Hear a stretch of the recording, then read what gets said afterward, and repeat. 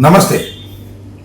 కడప జిల్లాలో పులివెందుల, ఒంటిమెట్ట ఎన్నికల ఫలితాలు ఇంకొద్ది గంటల్లో వెలువడబోతా ఉన్నాయి. దీని మీద రాష్ట్ర వ్యాప్తంగా ఎవరు ఉత్కంఠతో ఎదురు చూడటం లేదు. కానీ ఎల్లో మీడియా మాత్రం చాలా ఉత్కంఠమైనటువంటి ఎన్నిక ఫలితాలు చూడండి అనే పద్ధతుల్లో ఉదయం నుంచి మోగుతూనే ఉన్నారు. వారు చాలా విషయాలు చెబుతుంది ఏంటంటే, ఎప్పుడూ జరగనంత స్వేచ్ఛగా ఈ రెండు చోట్ల ఎన్నికలు జరిగాయి, ప్రజలు స్వచ్ఛందంగా ఓట్లను వేసుకున్నారు, చాలా ప్రజాస్వామ్యయుతంగా జరిగింది అని చెప్పేటటువంటి ప్రయత్నం చేస్తున్నారు. ఇది చాలా హాస్యాస్పదంగా ఉన్నదనేది రాష్ట్రంలో ఉన్న ప్రజానీకానికి అందరికీ తెలుసు. అసలు స్వేచ్ఛగానే అక్కడ ఎన్నిక జరగలేదు. కేవలం పోలీసుల మయంతోనే ఎన్నిక జరిగిందని పూర్తిగా ఎస్టాబ్లిష్ అయిపోయింది. బూత్లో ఉన్న ఏజెంట్లను బయటికి లాగేశారు. బూత్లో ఏజెంట్లు లేకుండా ఎన్నిక జరుపుకున్నారు. పోలీసులు చుట్టూరా ఉండి ఓట్లు గుద్దించారు. ఒక్క మాటలో చెప్పాలంటే, నిజమైన ఓటర్లు ఓట్లు వేయకోకుండా పక్క గ్రామాల నుంచి, పక్క నియోజకవర్గాల నుంచి వచ్చి ఓట్లు వేసుకున్నటువంటి సందర్భం ఇది.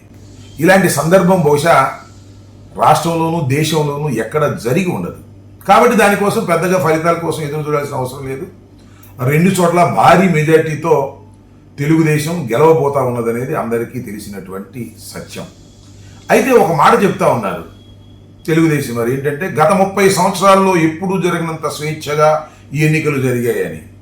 మరి గత 30 సంవత్సరాల్లో 14 సంవత్సరాలు చంద్రబాబు నాయుడు గారే ముఖ్యమంత్రిగా ఉన్నారు కదా. అప్పుడు ఎందుకు మీరు ఇంత స్వేచ్ఛగా ఎన్నికలు జరపలేకపోయారు? ఇప్పుడు ఎందుకు ఇంత స్వేచ్ఛగా ఎన్నికలు జరుగుతున్నాయని ప్రచారం చేసుకుంటున్నారు అంటే, ఆ రోజుల్లో చాలా స్పష్టంగా స్వేచ్ఛగా జరిగాయి.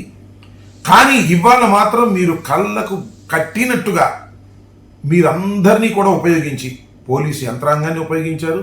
ముఖ్యంగా కోయా ప్రవీణ్ అనేటువంటి ఒక ఐపీఎస్ ఆఫీసర్ని మీరు ఉపయోగించి పోలీసుతోనే ఓట్లు వేయించినటువంటి సందర్భం చాలా విజువల్స్లో చాలా స్పష్టంగా కనిపించినటువంటి అంశం.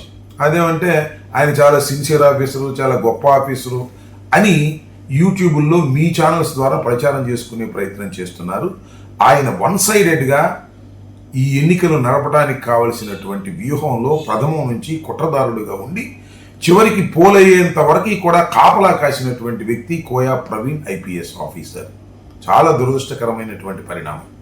నిజం చెప్పాలంటే ఈ రెండు ఎన్నికలు కూడా, ఈ ఫలితాలు ఉన్నాయే, అవి ఘన విజయాలు అంటారో, చౌకబారు విజయాలు అంటారో, ఏ విజయాలు అంటారో తెలియదు. కానీ ఈ విజయాలు రెండు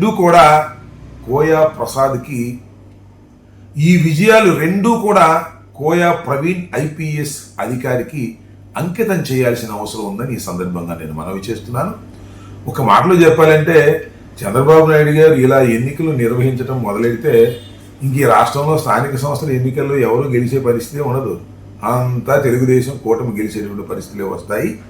ఇది ప్రజాస్వామ్యానికి చాలా గొడ్డలి పెట్టు అనే విషయాన్ని ప్రజలు, న్యూట్రల్స్ ఆలోచించాలని ఈ సందర్భంగా నేను చెప్పదలుచుకున్నాను.